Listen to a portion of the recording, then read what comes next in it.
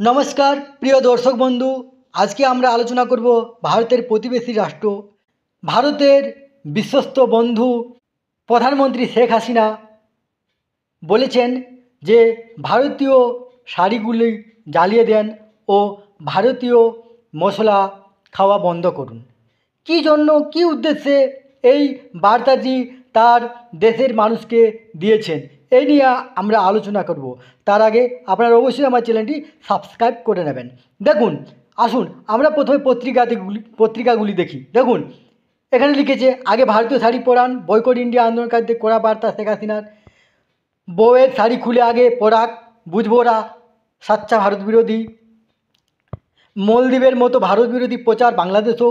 নেপথ্যে কি অন্য রাষ্ট্রের ইন্ধন? কী ভাবছে নয়াদিল্লি? ভারতীয় শাড়ি পরাচ্ছেন না কেন? বয়কট ভারতের ডাকের মাঝেই।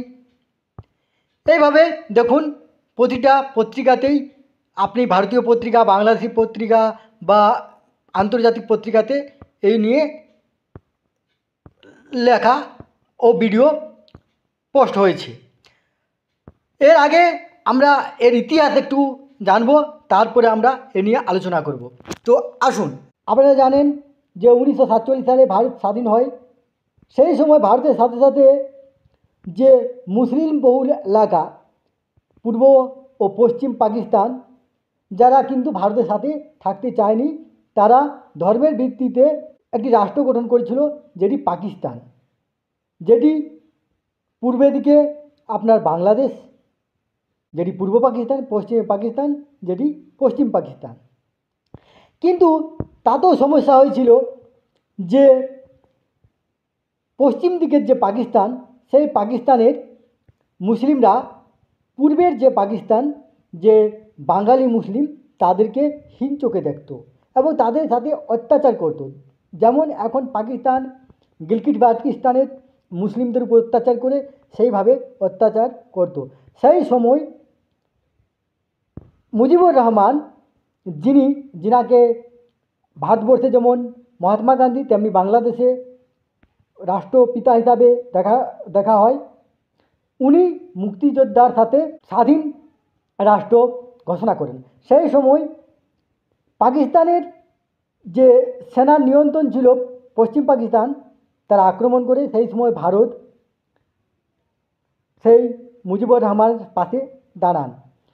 কিন্তু সেই ভারতে দাঁড়ার সময় পাকিস্তান আমেরিকাকে ডাকে। সেই আমেরিকা ভারতের সাথে যুদ্ধ করতে আসে, কিন্তু ভারতের যে বিশ্বস্ত পার্টনার রাশিয়া ভারতের পক্ষে দাঁড়ায় এবং আমেরিকা পালিয়ে যায়। আপনারা জানেন যে ভারতের গুরুত্বপূর্ণ দুটি সহযোগী বন্ধুত্ব রাষ্ট্র, যেগুলা রাশিয়া ও ইসরায়েল। রাশিয়াকে ভারত কখনোই ভোলেনি, তার প্রতিদান দিয়েছে। যখন ইউক্রেন ও রাশিয়ার যুদ্ধ হয়, সেই সময় আমেরিকা থেকে শুরু করে পাশ্চাত্য দেশ সম্পূর্ণ ব্যান্ড করে দিয়েছিল রাশিয়াকে, শুধুমাত্র ভারতেই দাঁড়িয়েছিল। সেটা কিন্তু বাংলাদেশের মুজিবুর রহমানের মেয়ে শেখ হাসিনা কিন্তু তার প্রতিদান এখনও দিচ্ছেন। সেখানে দুটি রাজনৈতিক দল, একটি হলো শেখ মুজিবুর রহমানের মেয়ে শেখ হাসিনা, যিনি 90 দশকের প্রধানমন্ত্রী হয়েছিলেন, এখনও পর্যন্ত প্রধানমন্ত্রী আছেন। আর একটা জিয়াদা, যিনি বরাবরই পাকিস্তানের সাথে এবং আলগাওয়াদের সাথে তার সম্পর্ক।